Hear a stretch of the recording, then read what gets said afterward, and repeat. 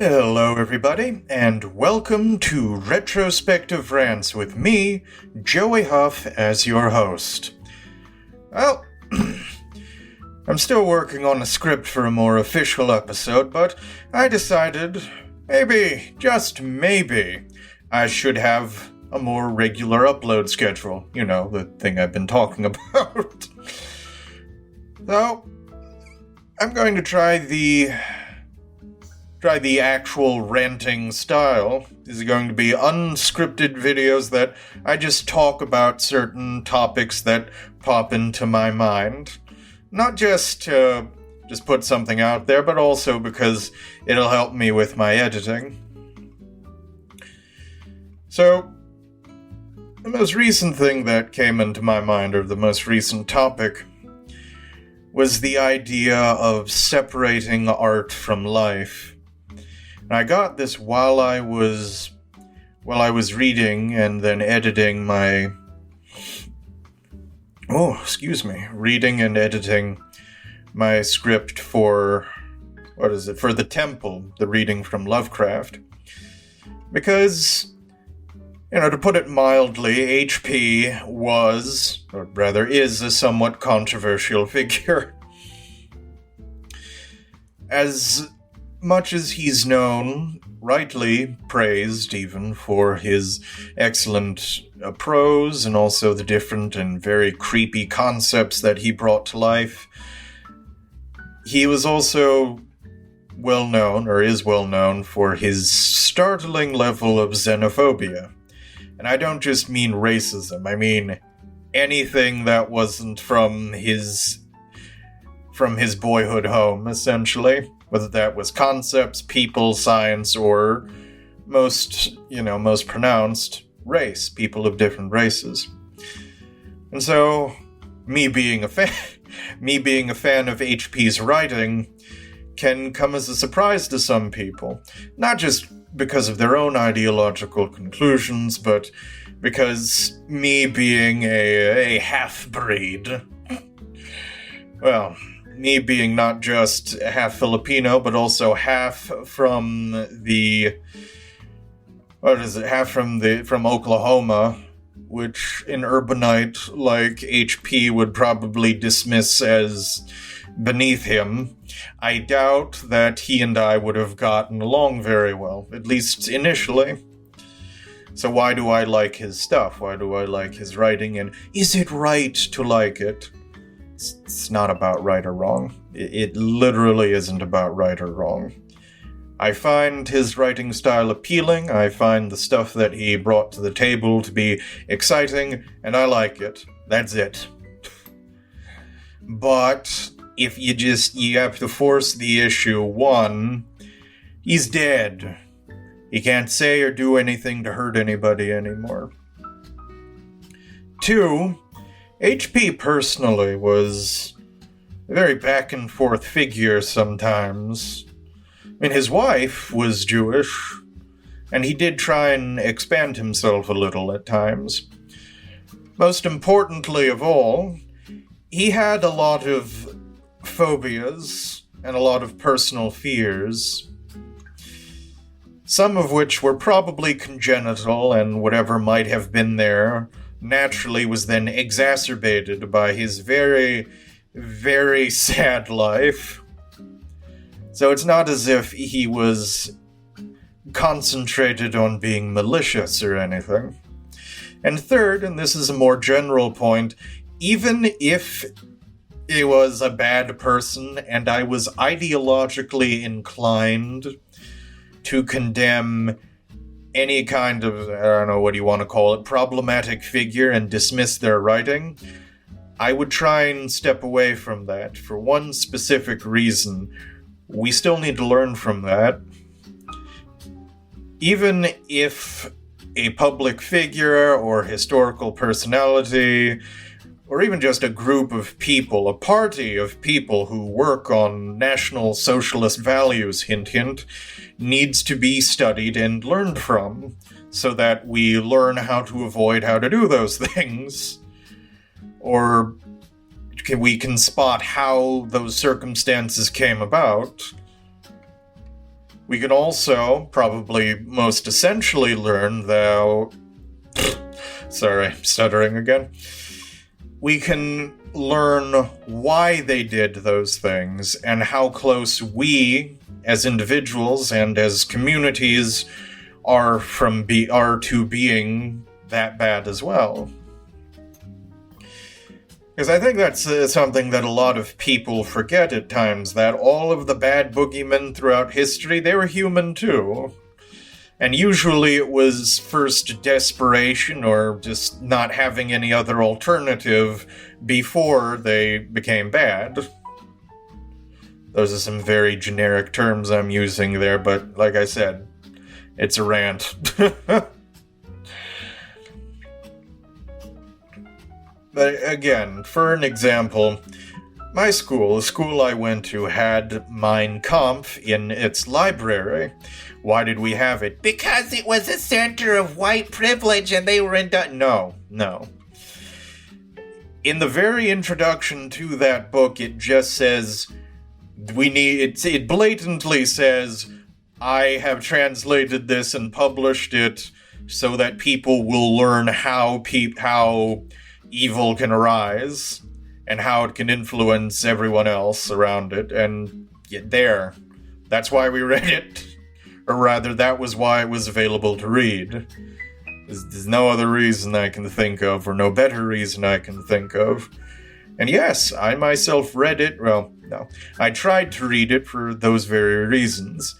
I couldn't finish it, and if you think that it was because I was disgusted and said, oh, it's so abhorrent. No, I just got bored. You'd think for such a skilled orator as Adolf that he'd be able to express his ideas and thoughts in a compelling manner on paper, but no, he reads like an angry Twitter post, except it's pages and pages of it. So it's like, nah, I get it. He's angry and it's the bad. Okay.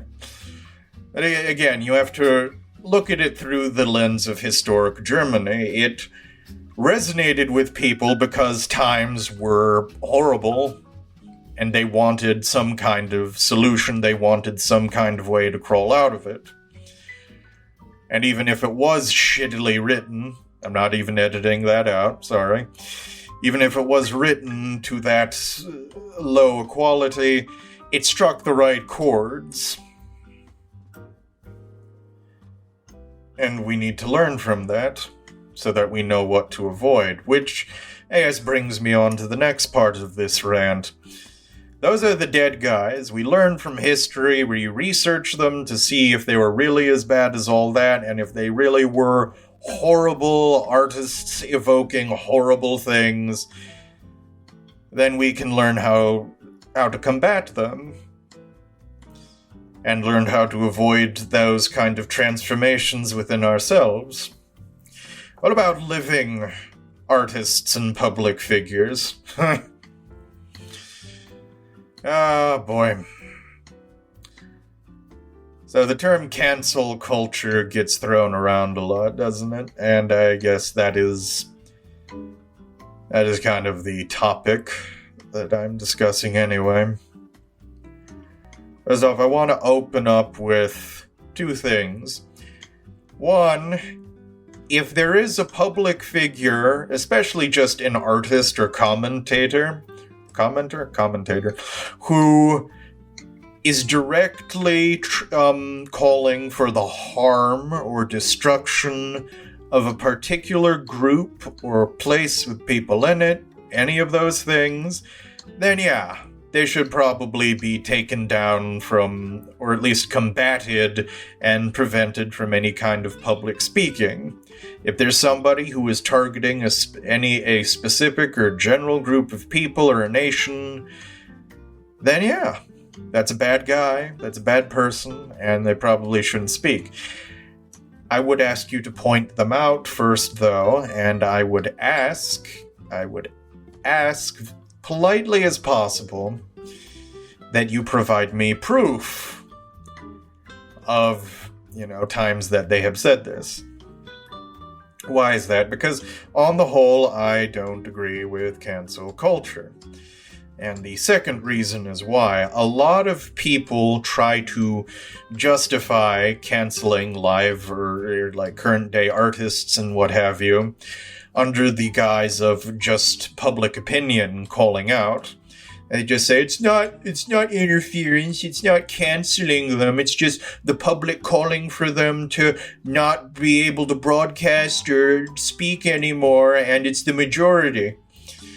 It's the majority opinion. Well, if it was majority opinion, and that's all it was, just public opinion and the will of the people, you wouldn't need to beg the corporate executives or the government to intervene. Because your overwhelmingly public and majority response would be enough, because you'd stop watching or listening to these people, and if you did that, then they wouldn't be profitable, and they wouldn't get backed anymore, and nobody would put their stuff on. So clearly, if that alone isn't working, and you need to petition and bully the executives or government or whatever into trying to get these people off the air or off screen or whatever, it's not just the will of the people at work, and there are clearly enough other people that like these quote-unquote controversial figures that your majority opinion is not as major as you thought it was. So why, though? Why do I think that? So that's the logical reason for me not liking cancel culture. I was going to say canon culture. Cancel culture. What about the other reasons? Well, one, I do fancy myself an artist and an expressive thinker, which means I don't want it to happen to me. There's self-interest in there. And two, and I keep saying and two, it's never just going to be a clean list. I need to stop that very bad habit. TV taught me bad. But another reason is simple and kind of derived from my previous words on dead artists or dead artists. And it's this: you need to learn from them. If they speak out for a particular, or speak up for a particular group or minority or whatever, then you especially need to take into account what they say or what they post. Because if you believe in your own cause and you want to combat theirs, you should have the tools in your arsenal to, prove why they are wrong. And that usually entails listening to their arguments and what they say. And if you lack the personal ability to argue against those things, I don't know. Trying to avoid saying, well, it's your own fault, because I don't know if that'll help, but it also has some truth. You need to be able to advocate for yourself sometimes. There's another big reason is, just in America at least, just freedom of speech. You have to take the good with the bad sometimes. And some critics of this statement will say, well, the overwhelming majority response and the cancel culture is just the free speech reaction to it. It's true, maybe. But again, we go back to, if it really was such an overwhelming majority, you wouldn't need to pressure just executives and leaders, whatever, to forward your point. And if you are trying to say it's just an exercise, cancel culture is just another exercise in free speech, you also are basically, you can scream and cry all you want, but you also have to acknowledge that the other people, or the guys on the other side of the aisle, have the right to do the same. Did that make sense? I certainly hope it did. I don't normally like feeling stupid, but it's unavoidable some days.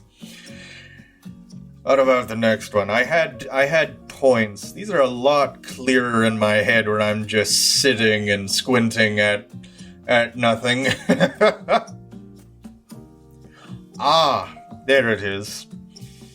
There it is. There's the point I was thinking of.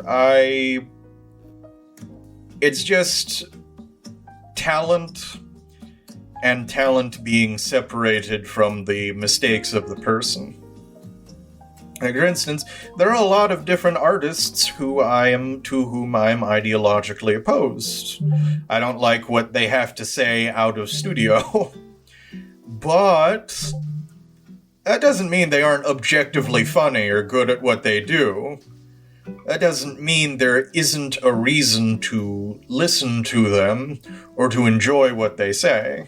Or not what they say, but enjoy what they sing, what they write. And it may even inform your perspective. Even if you disagree with them in general, you may learn a few contextual clues or things about them or things in their art that give you more insight. So you can at least say, oh, okay, I see. And that's not even in the service of beating them, just understanding, finding common human ground and such. And I'm not arguing for moral relativism here. Again, if there's like this artist or person who is saying really, really extreme or advocating for some messed up Jim Jones stuff, then yeah, they probably shouldn't be allowed to walk free because they're advocating harm. But that's the thing. There's a difference between saying, yes, let's kill all these people, and, maybe we shouldn't bully unvaccinated kids at school. There's a big scale difference. One statement is worse than the other. I hope people understand this. I'm pretty sure they do, but you never know. And so, again, there are little exceptions, extreme exceptions I might be willing to look at and say, yeah, okay, maybe you need to do this. But on the whole, I don't think you should censor the arts or any kind of history or teaching. Maybe, again, this is for adults. If you're a kid or you got kids, then yeah, you need to pace their learning and what they're capable of understanding and just different things. With especially with history or with the bad guys throughout it. Just start with saying, yes, the Nazis were bad guys. You don't need to tell your 5-year-old about the different after effects of cyclonia, or whatever their gases were called. That's very grim, isn't it? But yeah, I don't think overall censorship is a good thing, if only because it prevents us from understanding how to, respond to those trying or even to bad things that happen to us in life, let alone just the minor differences of opinion that we as people or human individuals might have. And yeah, I think that's my rant, actually. And it was, in fact, a retrospective rant. Aha! Enough! That's all I got for that one. I'll probably think of more things, write them down, and then forget I did, because that's who I am. But I'm done for now, and hopefully if I had any insights that you didn't have, then good. I'm glad I was able to be of that kind of service. If you have any disagreements, please respectfully, just very nicely post them, like the comments or what have you, at the Spotify and iTunes and such. And by respectfully, I mean just like a point-by-point thing. Don't do personal attacks or just splurge a bunch of words onto the thing. I'm not going to read it if that type of thing. If only because it's hard to read. It's hard just to make out the words that way. Or if you just, want to add to the discussion at all and post that into the comment sections and such, then you're welcome to, and I'll try and respond to it as promptly as possible. Anyway, As always, if you want to check out any of my written works, go to my Wattpad account, Imperius54, and I hope you enjoyed this recording, or at least got something from it, and have a good one. Thanks.